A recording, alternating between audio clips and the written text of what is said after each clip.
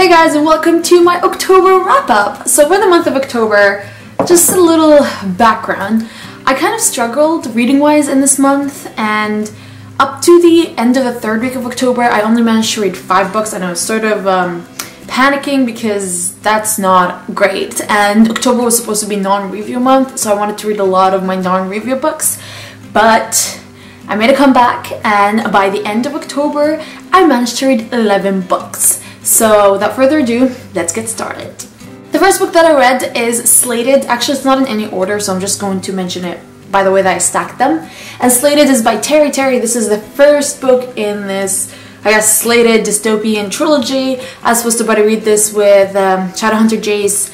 We did start at the same time, but I finished it really quickly. And I don't know if he even finished it yet, but I did finish it and I ended up giving this 3 out of 5 stars. I was kind of disappointed because my sister loves this book so much, and I was waiting for something to be like an authentic dystopian, but it wasn't. There was the mystery, but there was like a romance that I really did not like, and I don't know, I just wasn't a big fan of it. Gone Girl by Gillian Flynn. I read this in anticipation for the movie, and I told you guys I'm filming a theories video, which I did, except the last part when everything was revealed. I still need to film that as well as my take on the movie, but I ended up giving this book 4 out of 5 stars. I loved it. The mystery was really good, but I feel like because I was theorizing so much that I was able to predict the mystery early on, but if I didn't theorize or I wasn't consciously theorizing, I don't think I would have guessed it. So it was a really good book, and I'm really excited to read Gillian Flynn's other books. I think she has one called Sharp Objects and Dark Places. Let me know if you guys have read both of these books and which one is better, because in my next purchase, I'm planning on buying either one, or the one that is most appealing to me if you guys haven't read it. The next book is the first review book of this month. I only read 2 actually out of 11, so that's cool. And the first one is Black Ice by Becca Fitzpatrick. This also fell into the mystery thriller month for October, so I was kind of happy.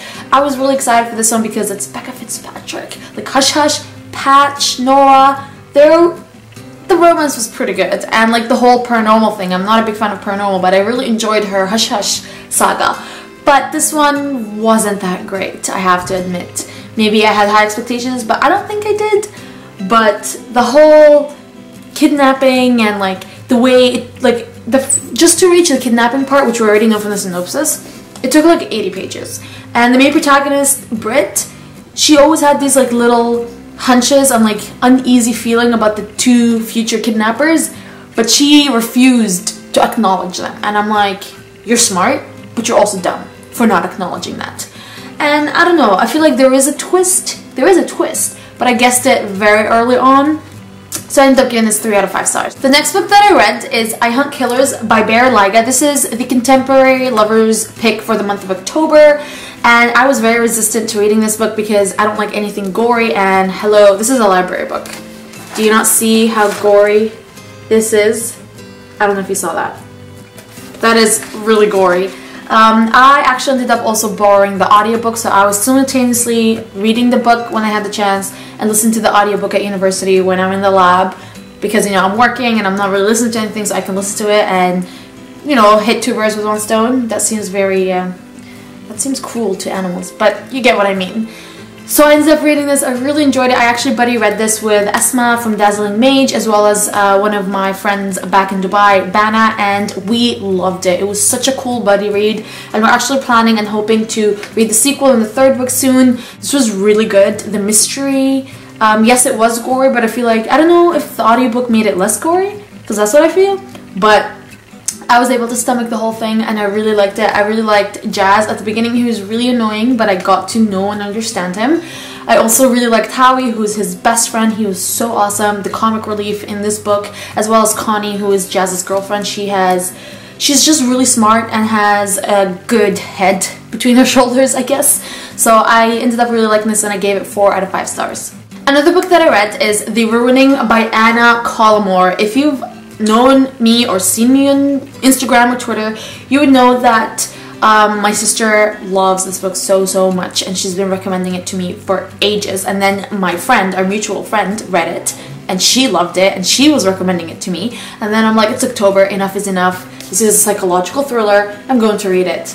Unfortunately, it's kind of disappointing. I ended up giving this 3 out of 5 stars. The main protagonist, Annie, because the woman kept on calling her Nanny, and she was like, I'm Annie. She's like, I just told you Annie. She's like, you just called me Nanny. And she's like, no, I called you Annie, even though she's like a nanny. So anyways, the whole point is she ends up living at this rich family's house because she became the nanny, and she started her first year at this university.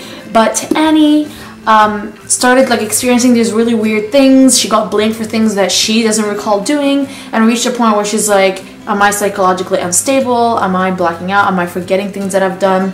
And Annie pissed me off. She did. She's so weak. She never spoke up, and she never like actually actively looked for the truth, and that really annoyed me. I mean, I guessed the whole mystery, if there was even one, like way ahead. So I ended up giving it 3 out of 5 stars. Lantia by Ali Condi. This is an unsolicited copy. I generally do not read mermaid books. Ever since I read Of Poseidon by Anna Banks, I'm like, I'm quitting anything to do with mermaids and sirens. And it wasn't the only book that I read. I've actually read several siren mermaid books. I just didn't like any of them. There's also like Elizabeth Fama's Monstrous Beauty, which I thought was okay.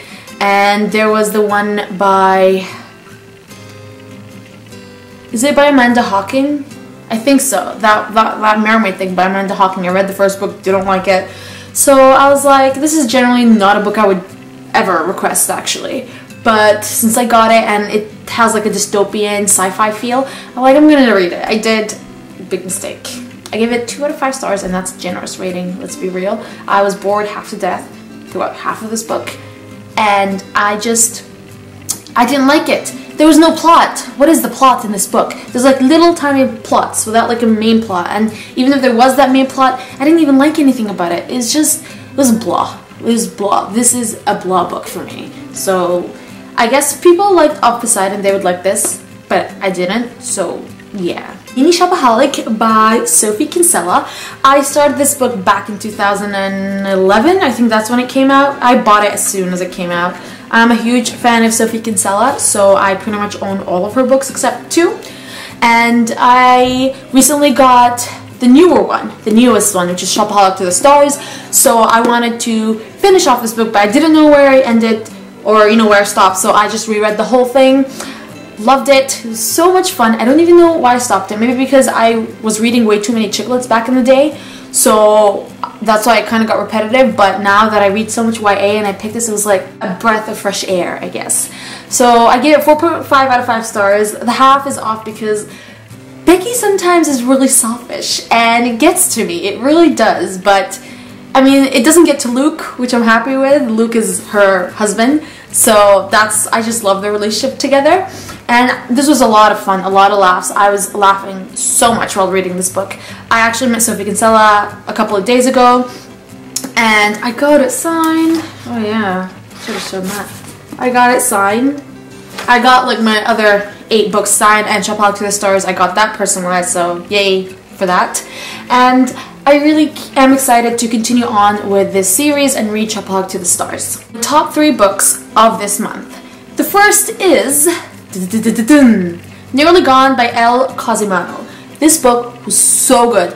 I read like 4 mystery thrillers by the time I picked this one up, and the only remotely good one was Gone Girl, which I still ended up giving 4 out of 5 stars. I haven't been wowed yet. I want it to be wowed. I want it to be like, I'm so glad I made this mystery thriller month because of all these awesome books. But till then, I wasn't really wowed. So I picked this one up, no expectations.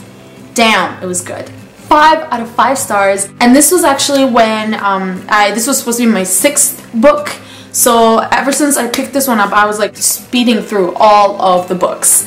And this talks about a girl who reads the connections paper. So she's been reading those because she's always thought her dad would write something for her because her dad left them a couple of years ago. And then she stumbles upon this really weird message, and then the next day an incident happens and a girl was like found naked with a number on her, and they open up a case, and then after that another person is found, another, you know, note the next week was found. For like, she reads those notes, she hasn't told anyone about it, and then another person gets murdered. So it's like a murder mystery, and all signs are pointing to her. It says here, all the numbers add up to one killer, herself. So, and there's like a really cool guy in there, Reese. Such a good romance, I have to say. I really like the romance in this book. Plus, I loved the mystery. I loved how the main protagonist, Nearly, is really smart. She was like volleying to get, I think, the scholarship for chemistry or something. She's a junior, and she's really smart with like math and physics and chemistry, and I just love it. I love smart protagonists, and she is. And she's not just like book smart, she's street smart, so she figures out all these really cool things. So I really liked it. Turned out it's a duology, didn't even know that. And the second book is called Nearly Found, and it comes out in June, which is really far away. But I love this book, and I gave it 5 out of 5 stars. Definitely, it says here, it's a brilliantly plotted murder mystery with a math science twist, and I have to agree. The last 2 books that I read, or reread, are the lovely Mara Dyer books. The first book is The Unbecoming of Mara Dyer. I read this 3 days ago, ended up reading the whole thing in like 24 hours. So good. I don't even know. I read this back when it first came out, which was in 2011. I fell in love with this book. I remember I ended up staying all night reading it, and I was like so creeped out and confused, and I didn't know what was going on, and I was frustrated, but I did finish it, and it was so good. I think I ended up giving it 4 out of 5 stars, but then like 2 weeks later, I was still thinking about it, and I'm like, this deserves a full 5 stars. So I ended up giving it that. Loved it, had to wait for the sequel for a full year, which I did. And then I picked it up, which it came out in November of 2012. I picked it up in January because that was the time when I was, I had a lot of exams and stuff, so I wasn't able to pick up anything. So, and then plus I was scared, let's be real. I was scared of picking this up because after The Unbecoming, I was like, mind screwed. So I picked this one up. So good. It's even bigger than The Unbecoming. It's like 535 pages, and it was amazing. It was as good as Unbecoming, if not better. I loved it. I was so happy that I ended up reading it in January because November was so much closer. It was like, what, 10 months away, and I was like, yes! And then the retribution kept on getting pushed back. A full year, and now it's November 1st, 3 days away from the retribution of Mara Dyer. I already read these 2, reread them. I just finished the Evolution like half an hour ago, and I'm actually seriously scared for the retribution. I'm really scared of what Michelle Hodkin is planning on doing and how she's ending it. What I'm gonna say is she better not touch Noah or Mara or Daniel or Joseph or her parents. That's not a lot. That's not a lot of people. I love Noah. Noah Shaw is like my second book crush boyfriend, I guess, after Warner from the Shatter Me trilogy. This is actually my second favorite trilogy after Shatter Me. So yeah, I love the Shatter Me trilogy so much, but then this comes second. So just to know that it's ending in 3 days, I'm like hyperventilating, and that something bad might happen. I'm just really hoping that nothing bad happens. Like, I want to ask people who've read it and be like, so how's the ending? But at the same time, I don't want to know, because if it's bad, then I'm just going to like cry in the corner and never pick up the book until like months later. But I don't know. So yeah, 5 out of 5 stars, all-time favorite. Did we think anything else? No. So these are all the books that I read in the month of October. Oh whoa, there's another book. So the last book that I read is actually The Forever Song by Julie Kagawa. I borrowed this from the library, but I had to return it, and it was so good. I gave it 4.5 out of 5 stars. It was a really good conclusion to the whole trilogy. I was addicted. I couldn't stop reading it, and I love the Blood of Eden trilogy. It's such a fantastic trilogy, and I definitely recommend it to dystopian / paranormal fans, because this is the perfect mix of paranormal and dystopian, and I was in love. Seriously, I was. And diversity, because the main protagonist comes from Japanese heritage. I don't know if she's like full Japanese or not, because they don't really delve into that, but she does have Japanese blood. So these are all the books that I read in the month of October. I definitely recommend you guys to read Nearly Gone. It's not that known, I guess. Not a lot of people know about it. Plus, if you haven't read The Unbecoming and The Evolution of Mara Dyer, then I feel sorry for you guys, because you're definitely missing out on such a fantastic trilogy. And that is it. I hope you guys have a fantastic reading month, and see you during my November, my birthday month, TBR. Bye!